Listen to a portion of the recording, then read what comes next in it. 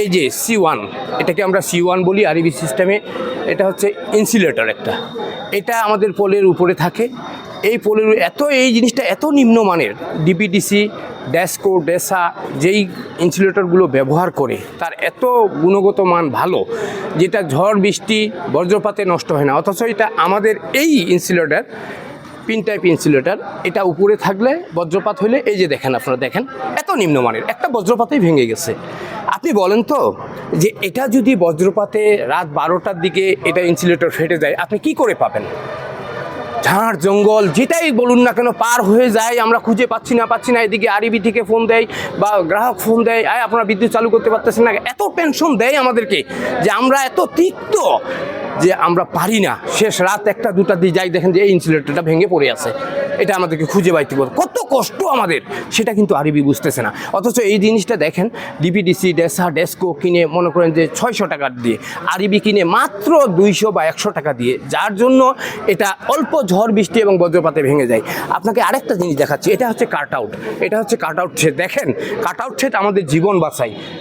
আপনারা বুঝতে পারবেন, আমরা যখন লাইনে কাজ করি এখানে একটা ব্রেল থাকে, এই ব্রেলটা আমরা ফেলে দিয়ে এইটুকুর মধ্যে বিদ্যুৎ সরবরাহ হয় না মর্মে আমরা কাজ করি।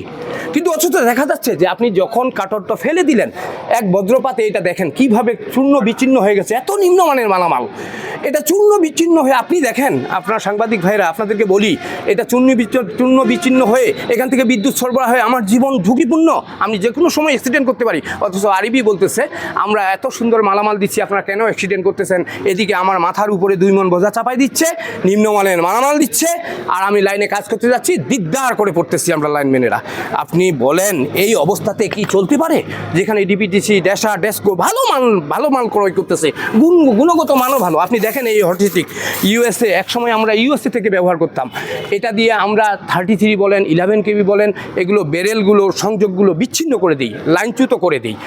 এটা এত নিম্নমানের এখন বাইর হয়েছে, যেটা আপনার 30,000 বা 25,000-এ পাওয়া যায়। অথচ এর আগে আমরা যখন 1999 সালে চাকরিতে ঢুকি, তখন এই হট স্টিক কিন্তু ইউএসএ থেকে, যার মূল্য হচ্ছে এক একটা 99,000 সামথিং।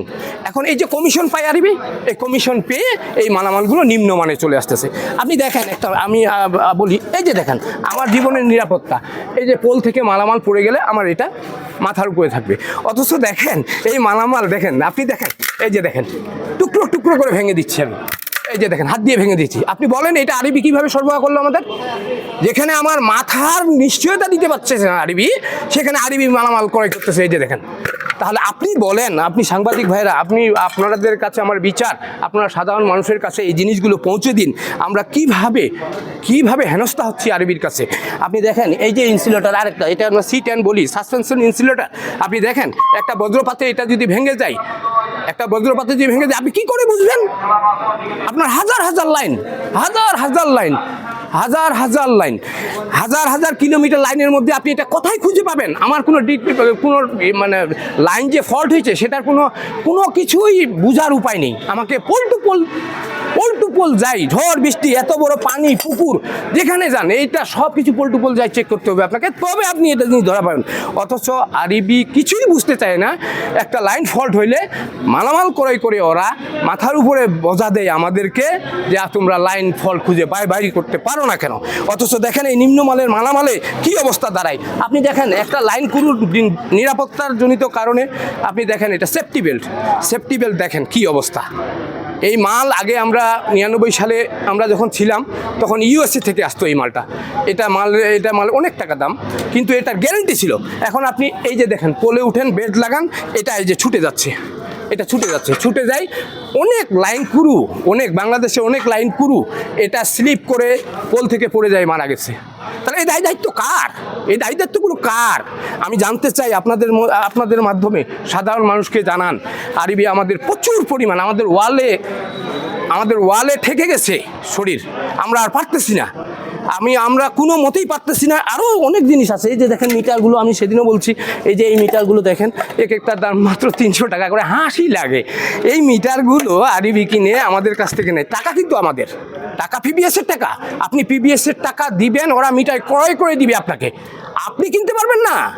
এই মিটারটা দেখেন কত নিম্নমানের, একটা গরু ছাগল গেলে এটা এই যে ছুটে আসে। অথচ এই মিটারটাই গ্রাহক প্রান্তে যখন নেই তখন নেই 1100 টাকা করে। আপনি দেখেন এই ডিপিটিসি, ডেসা, ডেস্কো যেটাই বলি না কেন, তারা কিন্তু এই মিটারগুলো ভালো মানের ক্রয় করে, ভালো মানের ক্রয় করে, স্থায়িত্ব বেশি। আপনি একটা মিটার ক্রয় করলেন, মনে করেন যে 1500 টাকা, এটা স্থায়িত্ব আপনি যদি 10 বছর পান। এই মিটারটা আপনি 1100 টাকা ক্রয় করে আপনি যদি 2 মাসও না টিকে, তাহলে এটা কি স্থায়িত্ব বাড়লো না গ্রাহক হয়রানি হলো? আবার এই মিটারটাই যান আপনি আমি সবাই মিলে যাচ্ছি চেঞ্জ করতে, গ্রাহক ওখানে বলতেছে কি, হ্যাঁ আপনার কোন মিটার ব্যবহার করতেছেন, এত নিম্নমানের মিটার কেন?